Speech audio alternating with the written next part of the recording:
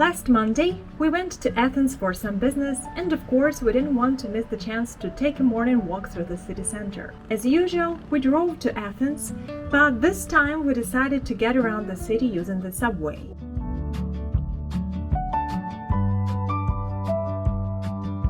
A single ticket costs €1.20 and is valid for 90 minutes.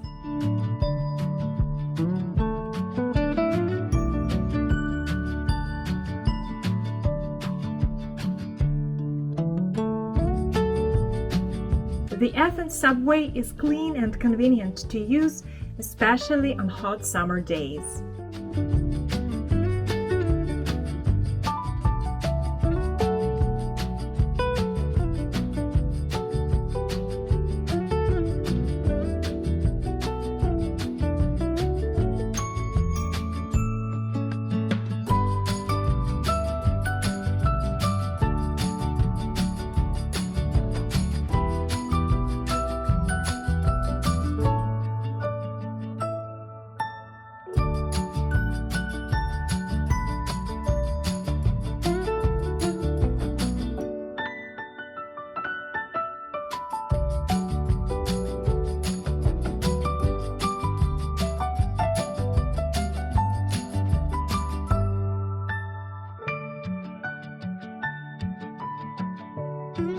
As it happened, it was International Museum Day, one of those special days when all state-run museums in Europe offer free admission. So we decided to stroll through Loutraki to the ancient Agora of Athens, to the wonderfully preserved temple of Hephaestus.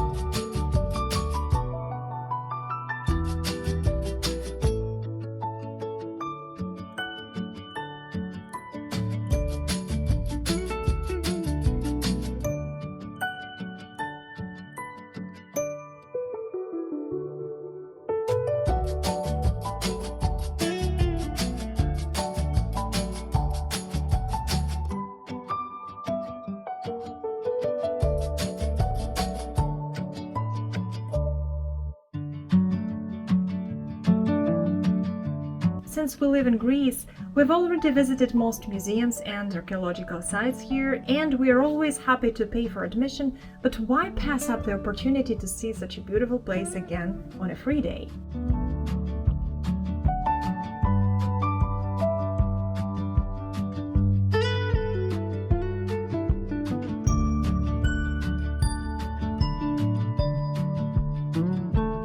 The Temple of Hephaestus is one of my favorite ancient temples.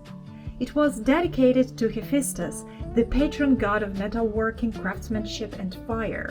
As the god of smithing, Hephaestus was believed to forge all the weapons used by the gods of Olympus.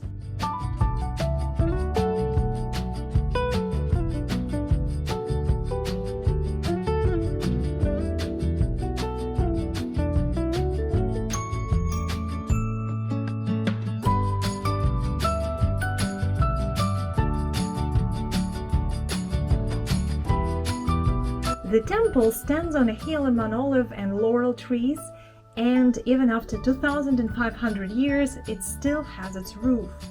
When you look at it, it's easy to imagine what it might have looked like in the days of ancient Athens. The whole area is beautiful, and May is probably the best time to visit both the ancient Agora and Athens in general, since the weather hasn't become unbearably hot yet.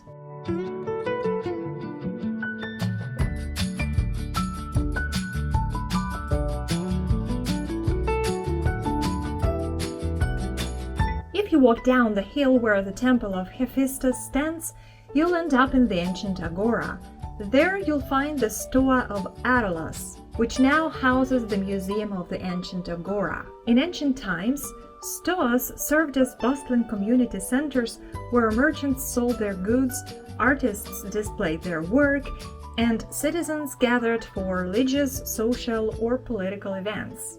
The original Stoa was built in the 2nd century BC and destroyed in the 3rd century AD. In the 1950s, it was reconstructed by the American School of Classical Studies at Athens and turned into the museum we see today. Now we can walk inside, just as the ancient Athenians did more than 2000 years ago, stroll along both floors of the Stoa, enjoy beautiful views of the Agora, and learn something new from the exhibitions on display.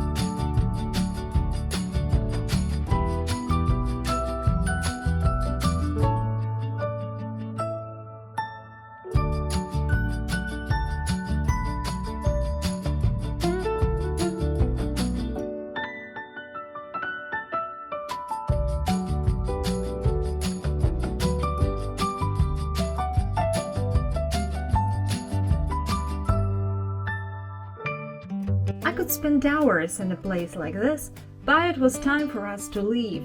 We took a quick walk through the city to pick our car from the parking and then headed back to Corinth.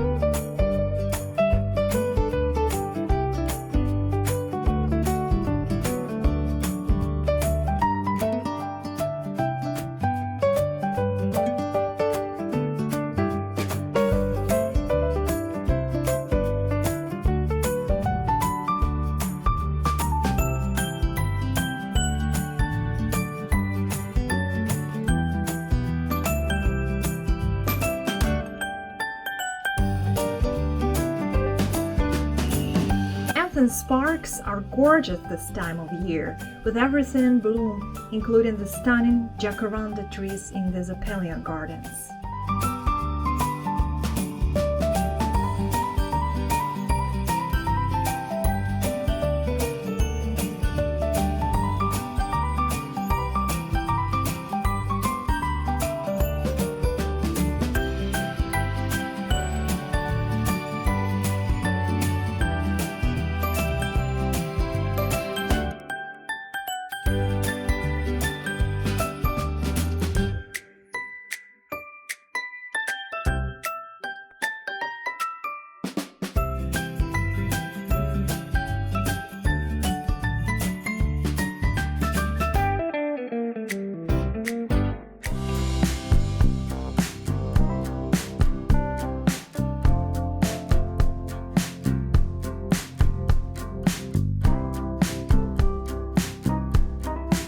On Saturday morning, we walked to Loutraki.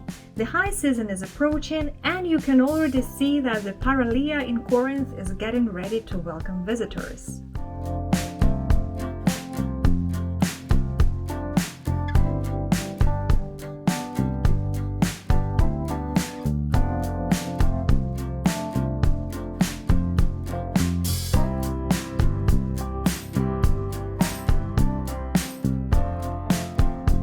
If you visit Loutraki, make sure to spend some time in its cozy beach park, especially in May or June when everything is fresh and blooming.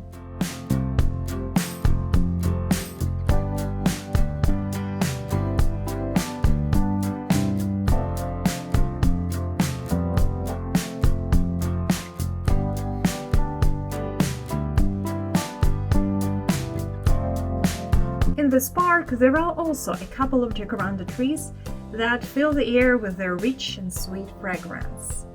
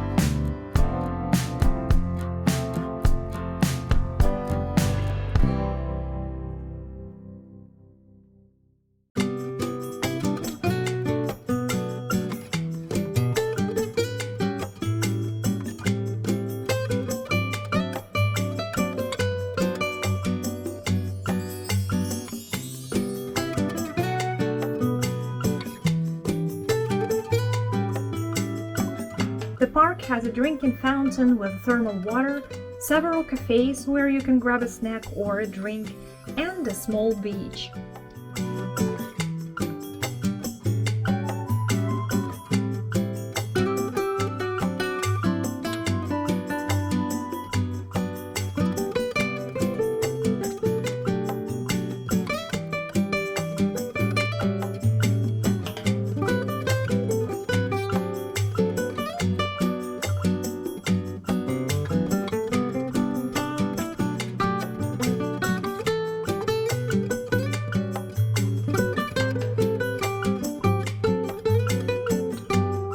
If you'd like to see more of Loutraki, I made a longer video about the town and posted it on my other channel, where I upload videos about different Greek towns and cities. If you're interested, you can find the link in the description.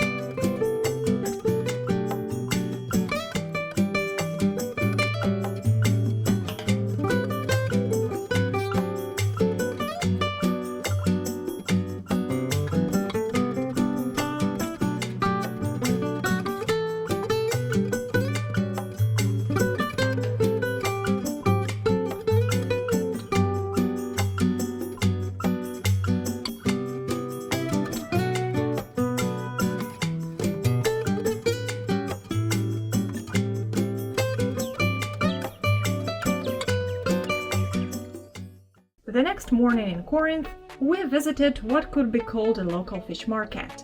It's actually a pedestrian street in the center of the town, lined with several fish shops selling fresh fish. Usually you can find a lot of different kinds of fish and seafood here, from expensive local catches to more affordable farm-raised options.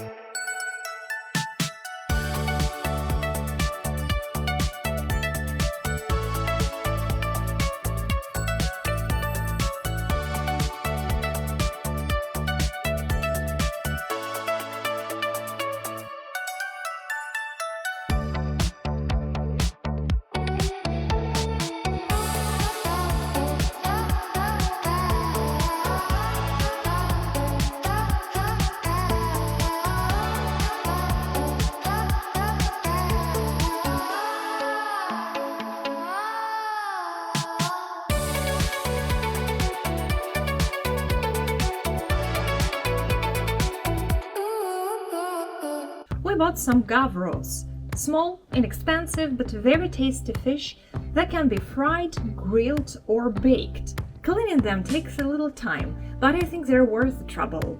Actually, they are not very difficult to clean. You simply pinch off the head, then grab the spine in the middle with 2 fingers, and the spine easily separates from the flesh.